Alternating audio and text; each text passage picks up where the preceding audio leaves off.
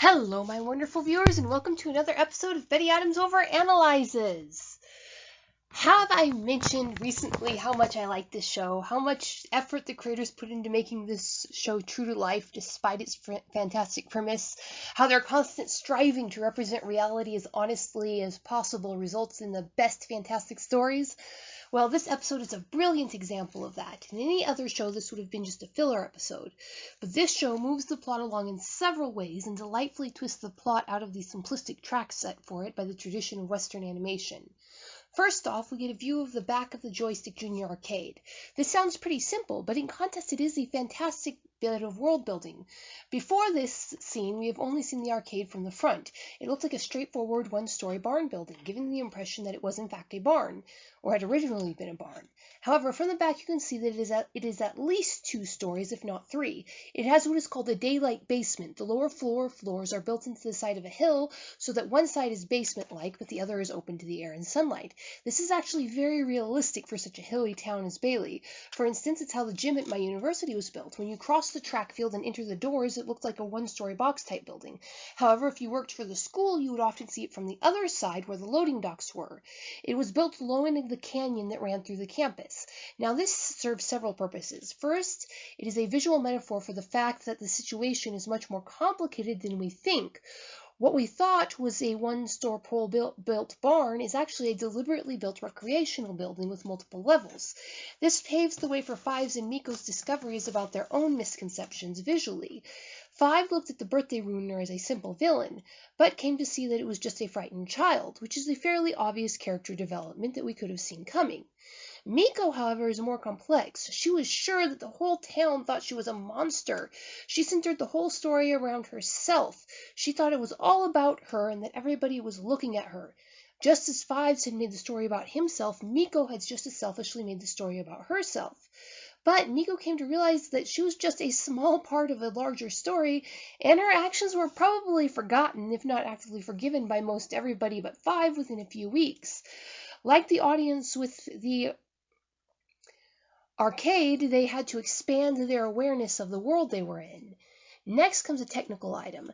How often have you and your friends laughed at the TARDIS-like interiors on television sets? Apartments with individual rooms that would swallow the exterior of the building in the real life. The most famous example is, of course, the huts on Gilligan's Island. There are others, including Hulk Hogan's amphibious boat sub in the show Thunder in Paradise. The basic idea is that the interior of a building is just as large as the plot needs it to be, no matter how large they've shown the outside of the building to be. However, by showing that glimpse of the backside of Joystick Juniors, the show easily justifies the multiple levels that the characters end up exploring in the building. The creators also got the internal structure of the building wonderfully accurate. I suppose the overall inspiration for Joystick Juniors is, of course, Chuck E. Cheese's, but Joystick Juniors reminds me not of those mass-produced places that you find in a strip mall, but of a giant pizza arcade I knew of as a child, or Organ Grinder's Pizza in Portland, Oregon. The multiple levels, the old and battered doors you found as soon as you slipped down below the arcade into the depths of the basement that seemed fathomless to little 9-year-old me. Even those odd paintings that hung on the walls of the hallways on the way to the bathroom were true to life. It's these little details that makes the show feel so grounded despite being so fantastic. Fun story, last time I was at Organ Grinder's Pizza, I turned out to be my very own birthday ruiner.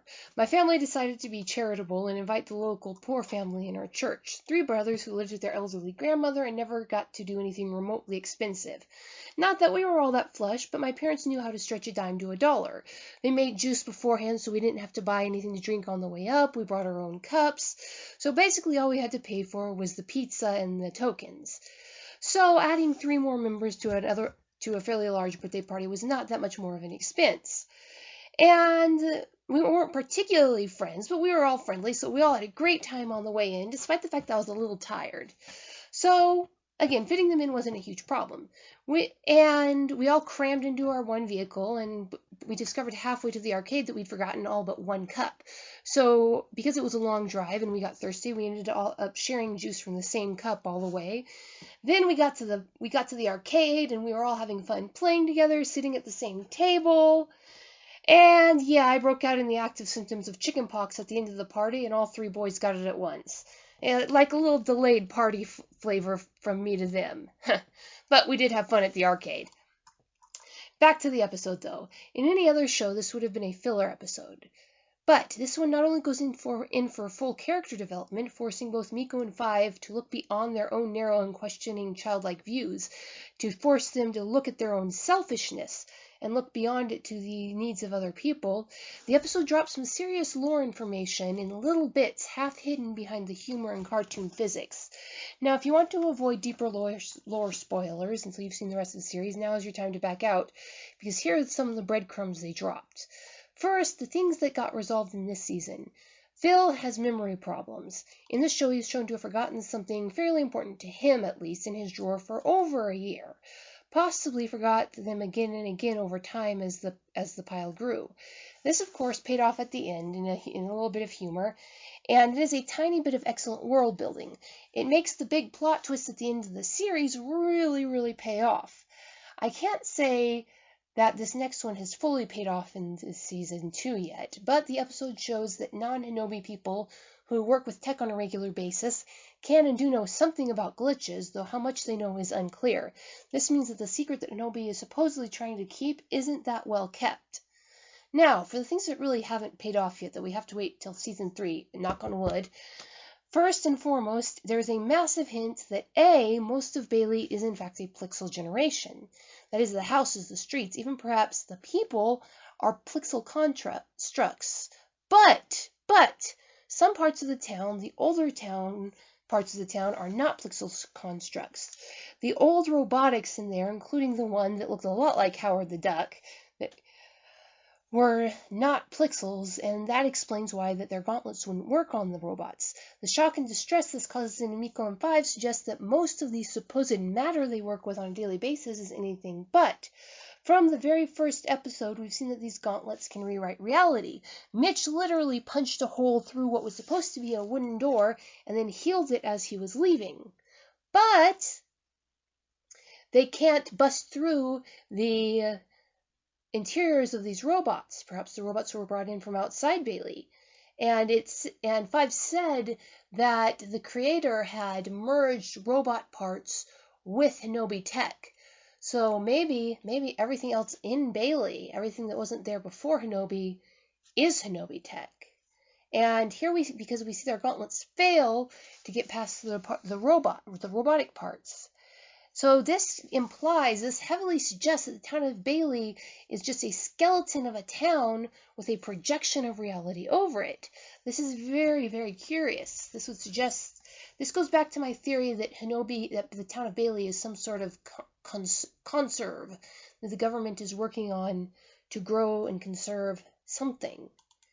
Very curious. Another point is that the superhuman reaction speed and physical powers of the characters we see in the show are not limited to the younger techs like Me-K.O.